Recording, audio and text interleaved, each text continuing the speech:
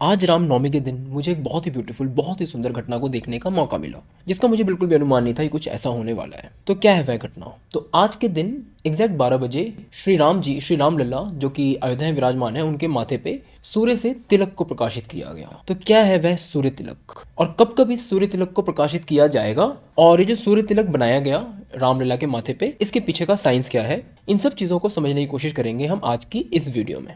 नमस्कार दोस्तों, तो आइए शुरू करें। आज रामनवमी 16 अप्रैल 2024 को एग्जैक्ट 12 बजे सूर्य की किरण को रामलला के माथे पे गिराया गया और वहाँ पे एक तिलक बना। उस तिलक का जो साइज़ था वो था 58 मिलीमीटर और करीब करीब 3 से 3.5 मिनट तक उसे प्रकाशित किया गया रामलला के माथे पे। तो 22 जनवरी के बाद आज पहला दिन था, आज पहली रामनवमी थी और आज के दिन ये रिचुअल परफॉर्म किया गया। तो आज के ही दिन क्यों मनाया गया? तो आज क्योंकि रामनवमी का दिन है और ऐसा है कि आज के दिन ही श्री राम जी का जन्म हुआ था।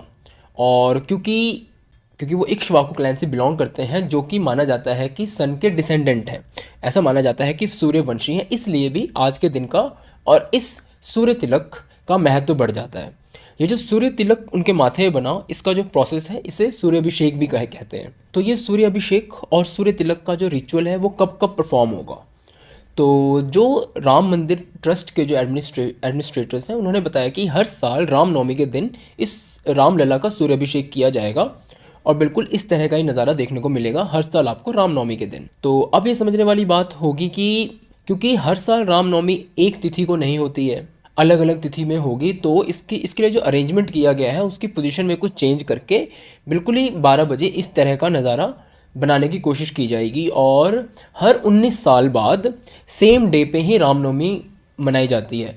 फॉर एग्ज़ाम्पल, अगर आज 16 अप्रैल को रामनवमी मनाई गई है तो अगले 19 साल बाद फिर रामनवमी की जो तिथि होगी वो 16 अप्रैल ही होगी और उस दिन एग्जैक्ट इसी टाइम पे इसी तरीके से सूर्य तिलक आपको देखने को मिलेगा।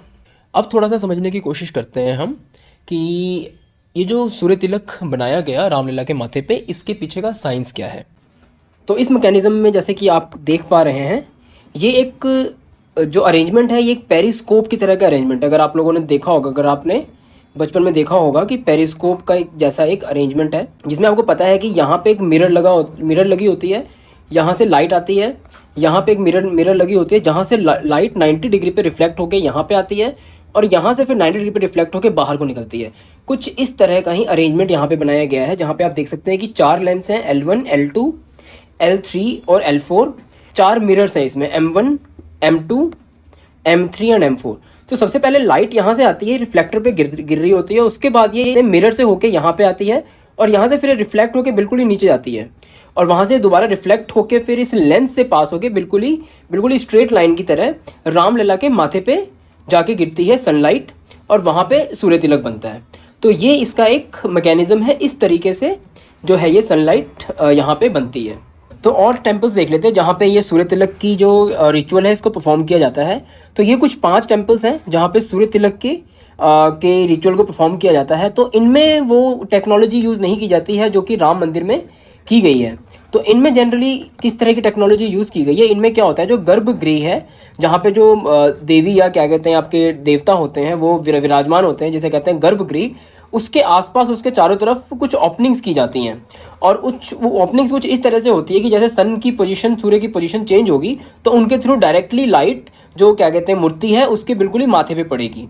तो ये कुछ टेम्पल्स हैं जिनके नाम है सूर्यनार काविल टेम्पल जो कि तमिलनाडु में है, उसके बाद है नारायण स्वामी टेम्पल जो कि आंध्र प्रदेश में है, उसके बाद है महालक्ष्मी टेम्पल जो कि महाराष्ट्र में है, और फिर है आपके कोबा जैन टेम्पल गुजरात में। तो जैसे कि मैंने कहा था आपको पहले कि कुछ जैन टेम्पल्स हैं, वहाँ भी ये सूर्य रिचुअल्स परफॉर्म होता है। फिर आपका उन्नाव बालाजी सूर्य टेम्पल मध्य प्रदेश में। तो आई होप आपको ये वीडियो अच्छी लगी होगी। प्लीज़ अपने कमेंट, अपना फीडबैक ज़रूर दें। Thank you.